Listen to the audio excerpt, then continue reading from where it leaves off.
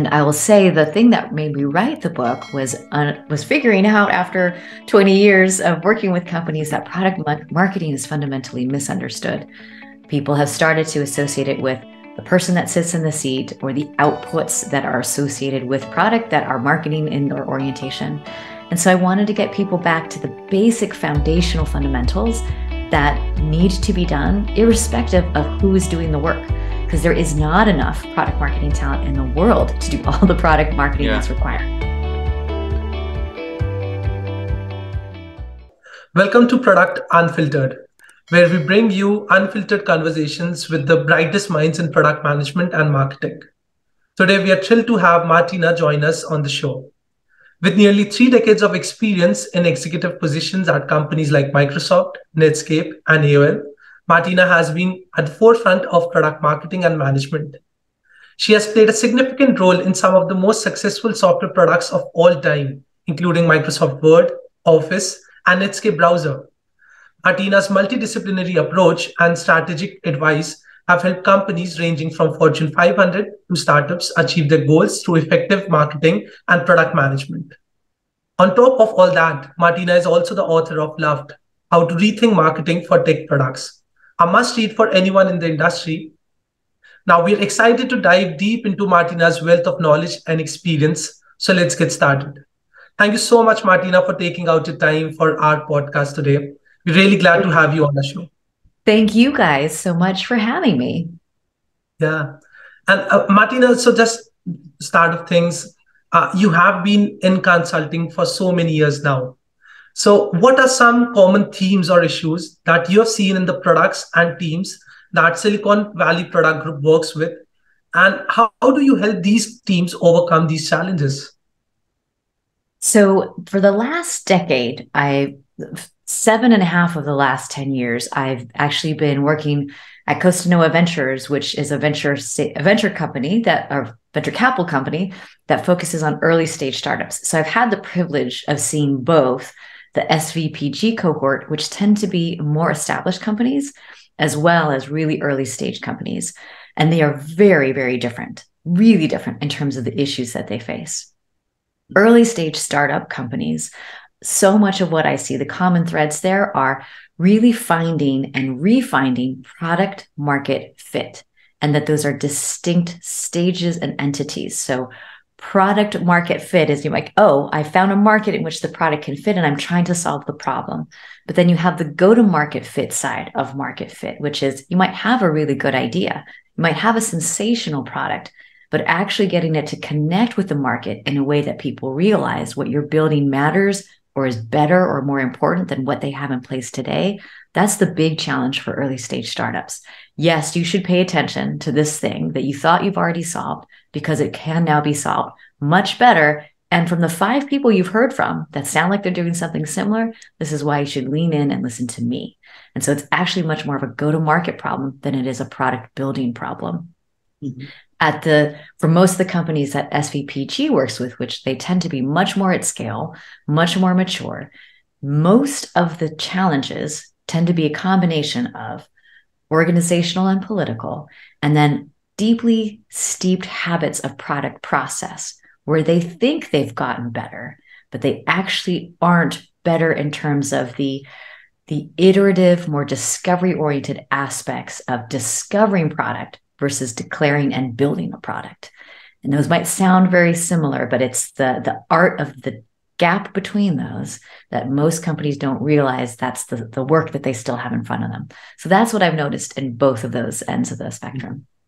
So, Martina, you have worked with so many high-profile clients through SVPG and through your experience of building products and building product marketing strategies.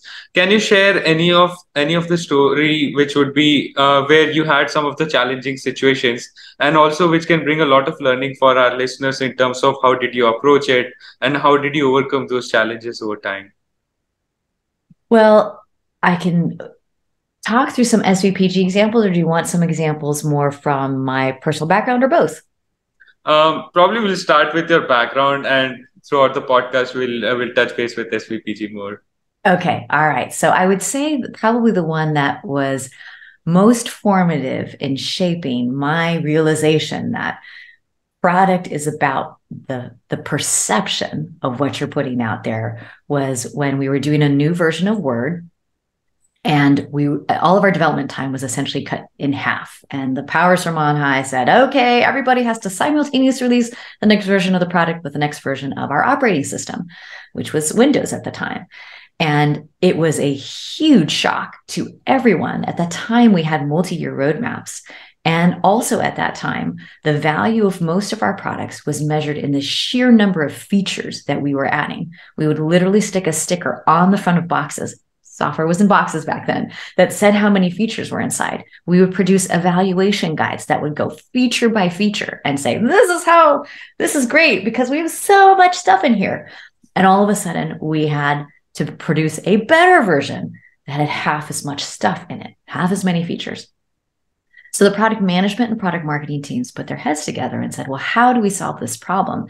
How do we shape a frame in which the value of this product that has fewer features can be perceived as actually superior? And it was actually someone on the product marketing side that looked at one of our studies that had captured every keystroke of every user from beginner to advanced. And we noticed trends across this data. If you'd used a word processor for 10 years versus 1, you still used 4 basic categories more than any other. And they were basic things like formatting, file management, printing. Mm-hmm.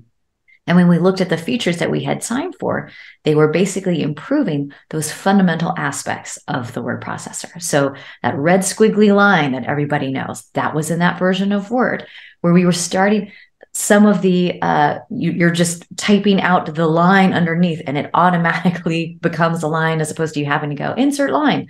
Those were all that same version of Word where we were using the power of the product on behalf of the user.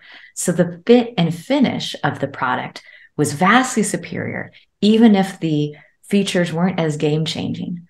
And that version of Word, so of course we launched that frame and we talked about it. We went to pundits and we said, this is why we've been so thoughtful, how we thought differently about this particular version. And it's a lot of fit and finish about what matters most to most users. And that version of Word became the most critically acclaimed and most commercially successful version of Word at that point in time. Mm-hmm. And so it was a huge light bulb moment for me to realize it's the frame in which you set the value, and it's not the absolute value of any product that winds up becoming important. And so that's why a lot of people don't quite understand what product marketing is. It is not someone that holds the title. It is not just a job of producing a lot of product-related outputs. It is setting that frame in which the product has value and all the strategic activities you do to help the world see that and move that towards that business's goal. Mm-hmm. Yeah. In fact, Martina, this is so interesting to understand your perspective on how developing a product needs the right kind of collaboration with product management as well as product marketing. And absolutely right, setting the right frame is so necessary. So Martina, you have been on the sides of experiencing both product management and marketing. So what are some key differences between the two roles? And what is some advice which you can share with our listeners who are product managers and marketers to work collaboratively and find such kind of frames for making successful products?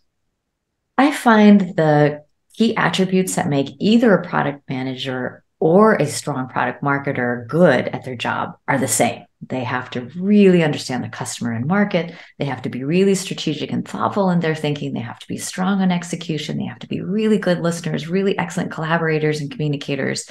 The difference is in how they apply that skill set. The product manager is applying it towards building the product and then iterating the product and how it manifests in the market.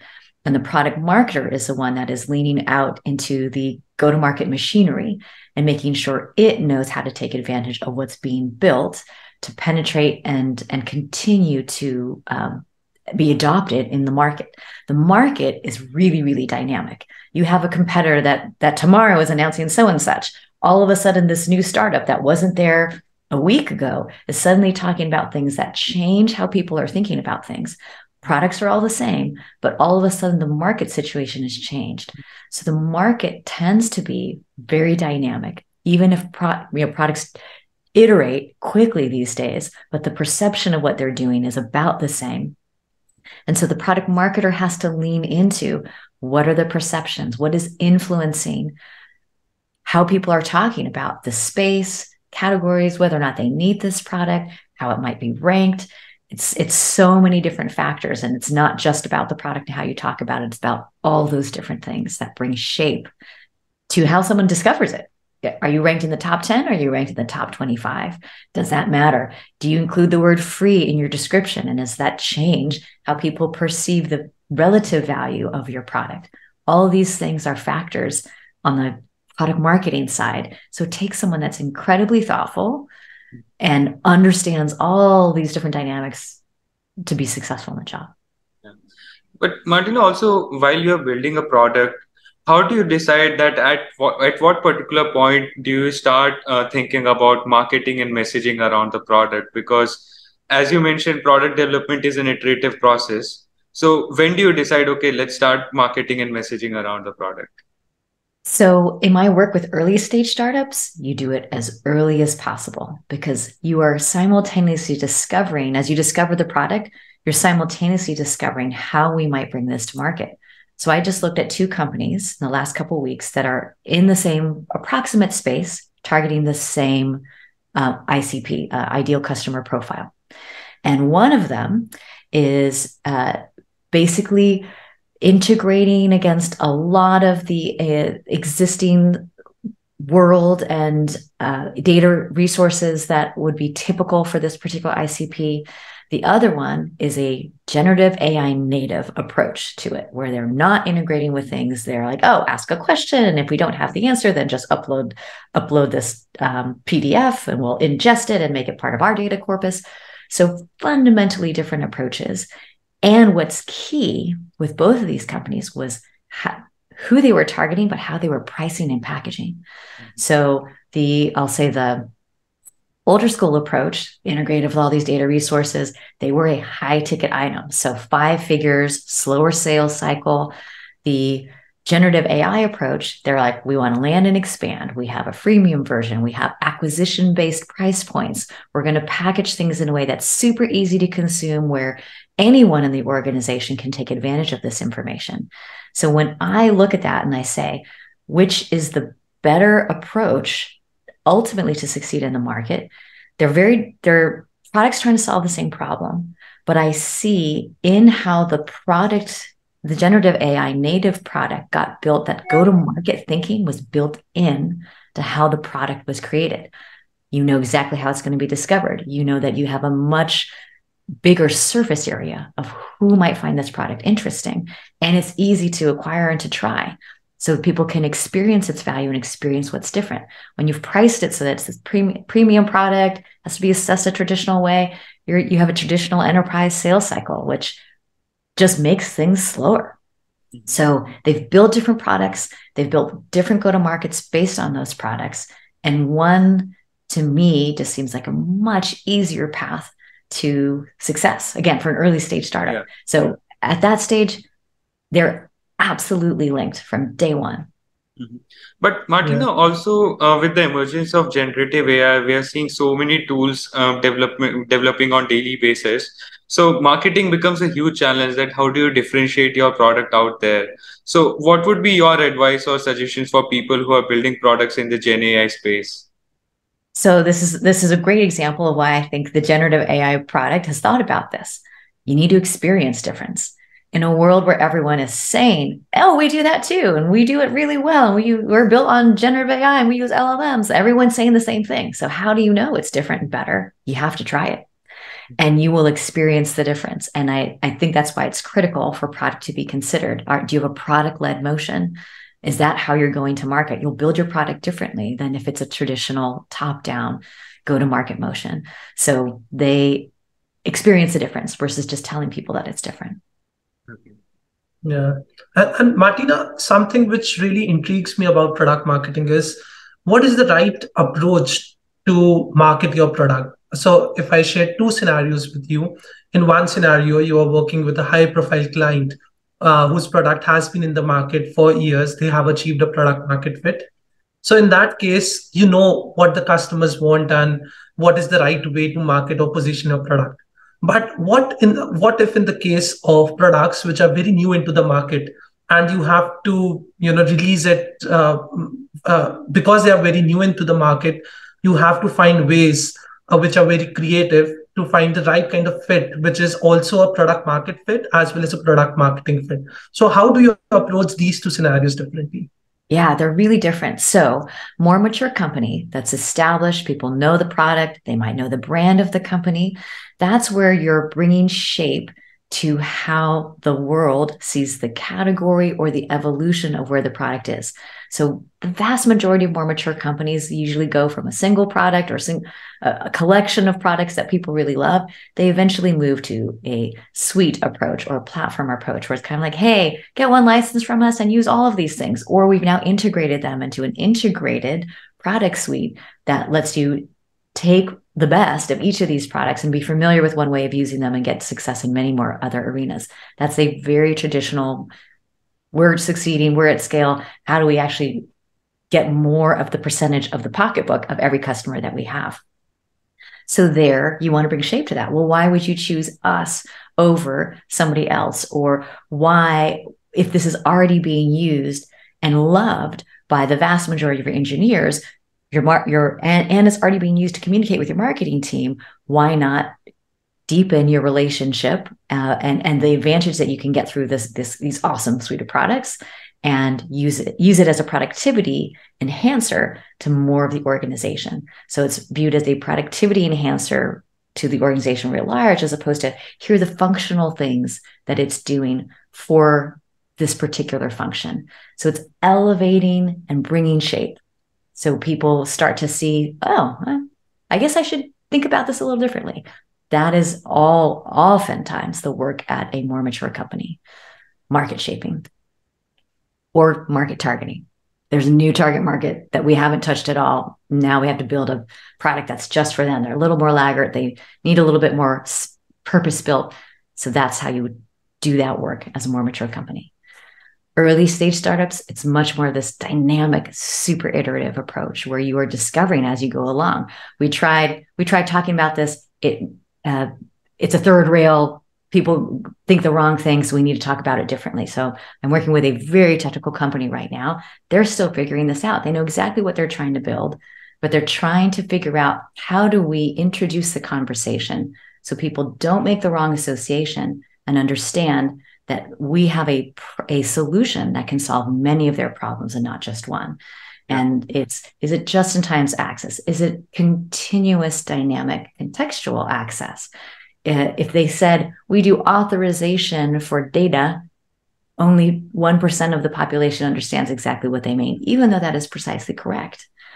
So they have to find the way to inspire curiosity so people lean in and want to learn more. And that's always the art at the early stage startup. You might also be bringing shape and defining terms and words. So this happened in the data quality and data observability category. The market leader in that category was not the first with the product to market. They were the first to talk about the space and really drive conversation about why does everyone need data observability? What problems is it solving in the machine learning and data pipelines that everybody now has in their modern data stack? So they created shape and language around data problems everyone was experiencing. And they got a year of just talking about it before the product was ready. But they punched above everyone else in the category, and they were the market leader as soon as the product was available because everyone had been listening to them and said, these guys really know what they're talking about. So those are the examples of work at different stages and how they show up differently, but it is very different work at the early stage versus the later stages. Yeah. Also, Martina, there's a general discussion around product management community that you need to have a technical background to enter into product management. But someone like you who started her education in political science, then moved to organizational behavior, that means you have a non-technical background. So how do you approach working with technical teams and stakeholders? And what are some of the unique perspectives which non-technical people bring into the team? Well, first, I just want to say thank you for asking this question. I actually have a for obvious reasons, very strong point of view on this. I think it's critical for people to have technical competence and technical capacity, but not that they have a technical degree. And I can say in my career, what gift that has given me is I never assume I know more than any of my technical counterparts. So I come at things with a beginner's mind and an open and fresh perspective. That also means I'm better at understanding what the customer's perspective is, where you can't presume knowledge, where you make no assumptions and you're more of a blank. You can understand the blank slate that they are. And so it's helped me create bridges to what the technical team has deep, deep understanding with and what the market and customer reality might be. I believe it's critically important for technical teams to have different thinkers on them so that you can see things from different perspectives. And I teach at Berkeley, I teach engineering graduate students, and my observation of people that have come up purely through STEM and engineering ranks is they're drilled into a certain kind of thought. Yeah. I need to be correct. I am producing an answer. I'm coming up with a solution, and my job is to come up with the best solution and then convince everyone else why this is the best. Mm-hmm. And in the product and marketing arena, that's not the job. That's not the work. It's about fully exploring the landscape of possibility, trying to discover divergent, interesting, truly innovative ideas. And you never get there if all you do is just follow that linear process. Mm-hmm. So I actually I teach product management and marketing, and I introduced an entire day on creativity because I saw this as a very persistent gap for people that just have technical backgrounds. So bring in people that think differently, that can see things from new lens. It's critically important. Mm-hmm. Yeah.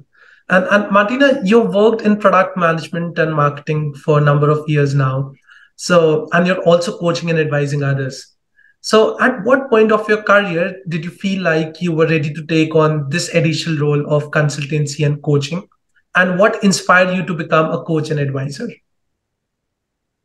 I first became an advisor and did consulting about a decade into my work experience. So I'd done at that point many different product launches. I'd worked on the product management, product marketing side, business development. So I had a really broad range of experience that let me elevate how I was coming in and attacking a problem. And I would say for someone that is looking at, I want to be a coach or an advisor, it's not the number of years of experience you have that's critically important, but it's, do you have enough range in that experience so that when you encounter something that you haven't seen before, you can connect dots and bring in interesting insights that might not be obvious to that team. And so that's what I found my unique superpower was. As I moved more into that consulting model, I see things others don't see because I can connect dots because I have sat in all these different seats that aren't always obvious to people who have just been functional practitioners. So that's what worked really well for me. Yeah. Also, Martina, while building products, a product is built for a wider audience. That means you need to have diverse opinion in your team itself. So how do you think that diversity and inclusion impact the success of a product team? And what are some of the specific ways that a diverse team can lead to better outcomes in your experience? So this is one of the things I do right now in all the Costanoa companies that I work with. I drop in this is the team, they know exactly what they're doing. And then I meet with them once a week or every other week. And my job there is to see things they don't see and to introduce ideas that they don't already think about. And it is extremely valuable to them because it provides a lens. Oh, we hadn't thought about that. Or, oh, we didn't actually see it that way. I'm knowledgeable enough, but I'm outside enough to be neutral. Yeah. And to be able to see things from a fresh perspective. It always makes things better.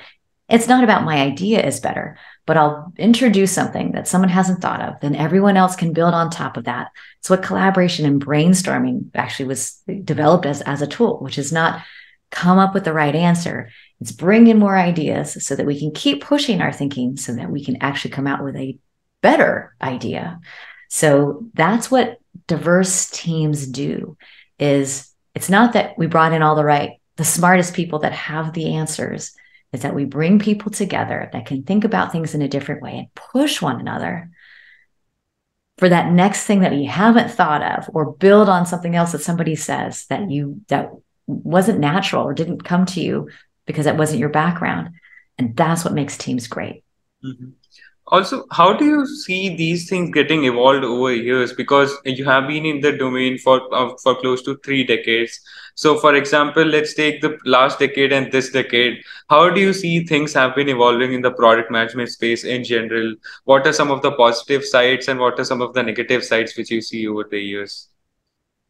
I'd say over the last decade, the thing that I have loved is the amount of telemetry that product managers have with which to do their job. The tool set is just unbelievable. I mean, you can see of our customers that spend the most money with us, what are they using inside the product daily that gives them the most value?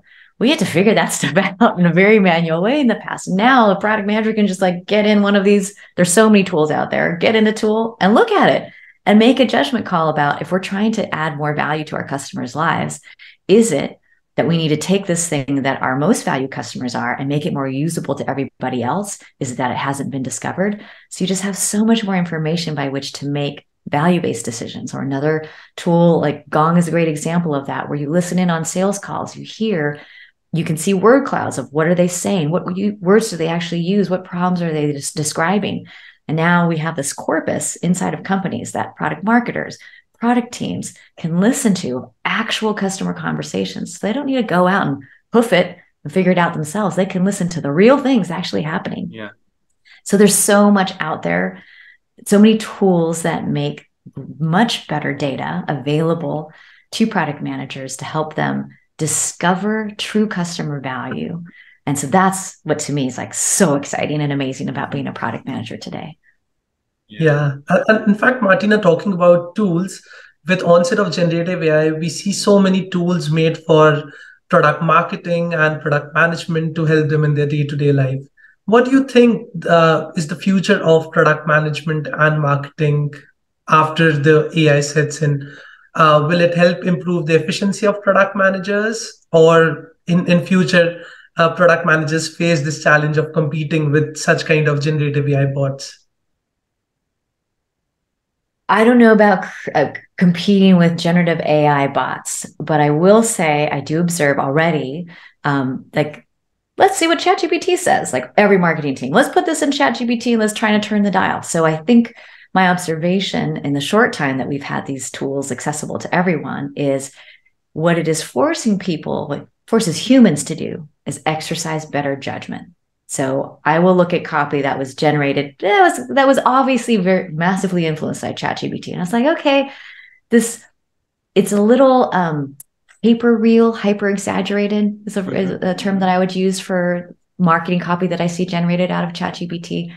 So you kind of need to give it a more human new through line, where it's kind of like, all right, a human wouldn't be quite this exaggerated all the time. It's overly consistent in its application of style notes, as an example, on the marketing side. I don't know how that shows up in the product manager's world, but I will say if it's anything like, well, actually, I know this on the product side, all of our product leaders are saying like, hey, it's super helpful for a tool. And then all of a sudden there comes a point where you kind of have to be an expert to know and understand this is no longer being helpful. It's generated a recipe for this package. Oh, and this isn't quite good. It's reasonable, but it's not the best. And only an expert would be able to see that delta. So its expertise and judgment will be paramount in the next era, and human exercising it, that human in the loop to exercise that judgment, I think is what's going to be super important. So you'll be more efficient in a lot of the manual tasks or the repetitive tasks, and you should take advantage of the tools for that. But you'll need to exercise better judgment with this incredible resource that you now have. Mm-hmm. So, Martina, for example, let's say from an early stage startup team, a product people approach to you to take some consultancy and guidance. Then, what would be your 3 most critical guidance or suggestions which you'll give to any early stage startup these days, which they should consider while building their products? I'd say the biggest one that I'm giving right now to early stage startups is there will be a before and after times. And it will be very noticeable in products that were designed on top of generative AI, with that as being the foundation for how the interface was built and the interaction model was built. And those where I called it the remodel, where it's like, you added it on and you could access it and it is there, but it is not how the product was developed. So everyone that is now in those early stages, I'm encouraging them, like, if you're not already thinking of this, make sure it is a very forward part of your product vision, because it will become the expectation of someone. Don't force me to menu surf and understand what I'm supposed to do next. Let me use natural language to have the product be used on my behalf and do all these smart things. And then me as the human be able to turn the dials and refine and exercise judgment. I think that's going to be the generative AI, the post, the before times, the after times model, in the same way that before Google, it was directory-based search. Let me look at the category, so what our current UIs are. Let me look is this, I'm looking at my menu right now, meeting, view, edit, window. Then let me look and see if this is accurate. I see we call this menu navigate. You menu surf to navigate and figure out what to do. That's the old mode. And it should be like we do now with Google, which is like, so what's this thing that I'm wondering? And then serve me up the answer. But in the ChatGPT, the generative AI version of the world, it's let me type in what I want you to do and go do it. And then let me exercise judgment to make sure you're on track. But then I'll keep telling you green light, red light. It's a different way of thinking of product interaction design. That's right. And Martinas is shifting gears to some fundamentals which you can share with our users. Now, the book which you authored, Loved, has helped so many startups and Fortune 500 companies to build successful product marketing strategies. So can you share some fundamentals of product marketing to our listeners? Yes. And I will say the thing that made me write the book was figuring out, after 20 years of working with companies, that product marketing is fundamentally misunderstood. People have started to associate it with the person that sits in the seat or the outputs that are associated with product that are marketing in their orientation. And so I wanted to get people back to the basic foundational fundamentals that need to be done irrespective of who is doing the work, because there is not enough product marketing talent in the world to do all the product marketing that's required. So I wanted everyone to understand what's foundational. The 4 fundamentals are that you're an ambassador between customer and market insights to and from the product team and to and from the go-to-market teams. But you're representing those customer market insights in all directions to make sure decisions get made with that in mind. Strategist. So you're directing a product's go-to-market. You're looking at what's happening in the market. You're seeing, wow, generative AI is there. So what are we doing to make sure that we're a part of that conversation? And then you're going to the product team saying, I don't care what it is. You need to give me something, because if we're not a part of that conversation, we're left behind. That's the strategist at work, also being the ambassador. Then there's a storyteller. This is the messaging and positioning work that is foundation for how you start to talk about a product. All the go-to-market teams need that. It's not just the messaging, but it's how everything that we do, the strategist component, adds up over time to own a market position. But it is embedded in the story that you want people to believe and how you've shaped how the world thinks about your product. And the last fundamental is evangelist. Not that you are the product's evangelist. It's that you're enabling others to be an evangelist on the product's behalf. In the modern marketing arena, it's about how other people talk about your product, not what your website says, not what a pundit says. They want ordinary, regular people. They want to look at the customer reviews equivalent or the stars. What do real people think of this? What are people really saying? That becomes really important. So what do you do to build that evangelist based or enable it? Is it snackable content? Is it, what's the bite-sized version of how we would articulate this? Not the elegant elevator pitch a sales rep can say, but what would Raul say to Otash? How would we talk about this? That's what the evangelist component is. And it's not that you're doing that work. It's that you're enabling it through all the arms of the go-to-market arena that have to do that work. Yeah, that's very true, that your audience should speak for your product rather than you letting them know what exactly the product is about. But now talking about a bit about organizational behavior, since you have done your masters around that area, we wanted to touch base on that. So we want to understand, Martina, from your lens, what are some of the common organization challenge a product marketing manager or a product manager face in a large scale organization, and how would you suggest people to overcome some of the early stage organizational challenges which all of us face? I'd say there's so many, but I think one of the biggest ones as an early in your career, it's that you need to simultaneously demonstrate competence and openness. So you need to show, oh yeah, I'm expert at this, but open enough that you can be coached. That's a critical thing that I don't think I understood well enough in the early stages of my career, where I was like, I got to be good. I always have to be excellent. I always have to know the answer. And I don't think I showed enough openness so that people could coach me and saying like, you're really great at all of these things. Here's something that you could do better. I wish I had been more, I'd exuded more of that openness of like, hey, if there's something I could be doing better, I want to hear it. It would have made me better faster at whatever it was that I was doing. So that's a really important thing that even knowing how organizations work, I don't think I quite got that right in the early parts of my career. And so the other part that is critical to understand, and it sucks, but it is just reality of every organization, is there's always a political layer, even in quote unquote non-political organizations. Yeah. There are things that are happening that you do not see, that you do not know, where you might feel, oh, I was passed over for this promotion. And you will look at your competence and your functional abilities and accomplishments and say, I should have earned this. Like, look at what I've done. And there's stuff that you don't know.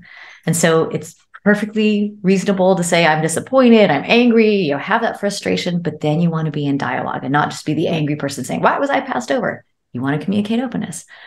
I want to be real with what I'm feeling, but I'm sure there are things I don't know and didn't understand that contributed to this. Can you help me understand it?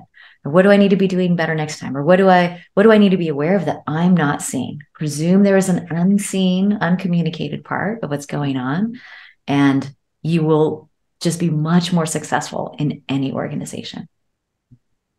Yeah. But thank you so much, Martina, for sharing all these wonderful insights with our listeners. So as we approach towards the end of the podcast, what advice do you have for individuals who are just starting their careers in product management or marketing? And what do you wish you had known when you were just starting out your career? Well, getting back to the story that I told earlier, I assiduously avoided what I thought was failure. I was like, I can't fail. I always have to succeed and I always have to do my best. Yeah. And I always did do my best. But failure is important. And failure is not, oh, you failed. It's that this thing didn't work out the way I wish it had. But what did I learn? Failure is a far more powerful teacher than success. If everything always goes the way you hope and expect, you're actually not pushing an edge. You're not discovering where you need to learn and be better. And so don't be afraid of what feels like failure and look at that 100% as this is a great learning opportunity that's being handed to me on a plate. Mm-hmm. And how am I going to learn from this? And you will be, that's just the best advice I wish I'd gotten earlier in my career. That's such a very valuable advice, Martina. So before we end the podcast, at Product Unfiltered, we truly believe that learning is the only constant. And we would love to hear from you. What are some of the resources which you regularly follow to keep yourself updated about product management, product marketing management, and the technology space in general? Well, I have the great gift of working with a lot of early stage startups where I get to post in the wake of what they learn. So I learn from them like every single meeting. What are the tools that they're using? Because these are all people that are doing it for real. So yeah. I would say, work with early stage startups because they're the ones on the bleeding edge of the most interesting new tool sets, the new ways of doing things. And it's just a great way to be exposed to it. It's not all written. You get to see what people are actually applying and doing. Then I also actually believe to be really good at product management or product marketing, you have to train up your strategic muscle. How do I see things from a broader perspective? And there I would say Prof G And Ben Thompson at Stratechery, I think those are two exceptional resources where they look at things from that bigger picture view. And the more you train that part of your brain, the more insightful and valuable your insights can be in how you're connecting the customer market insight into how you either build product or bring it to market. Yeah, that's true. Well, thank you so much, Martina, for sharing all those amazing insights. I'm sure that all our listeners will gain a lot of learning out of it. This officially brings us to the end of today's episode. Hope you all enjoyed the episode and our discussion has helped learn something new. Stay tuned for more such exciting episodes. Thank you so much for tuning into Product Unfiltered. Thank you guys so much for having me.